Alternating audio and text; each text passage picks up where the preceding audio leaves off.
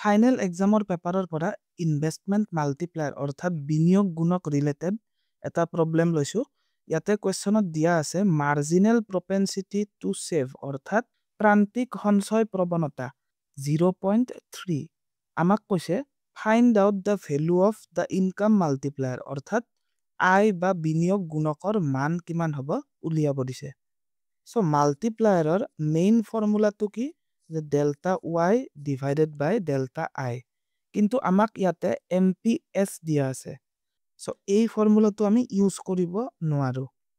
নাও মাল্টিপ্লায়াৰ কে আৰু MPCৰ ৰিলেশ্যনশ্বিপৰ পৰা এটা ফৰ্মুলা ডিৰাইভ কৰা হৈছে।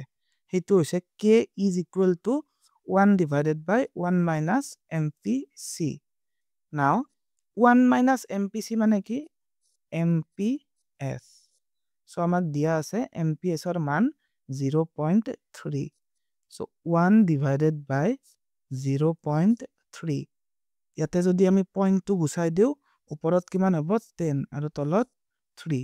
চ' 10 divided by 3 is equal to 3.33। এইটোৱে হৈছে আমাৰ ৰিকুৱায়াৰ্ড আনচাৰ।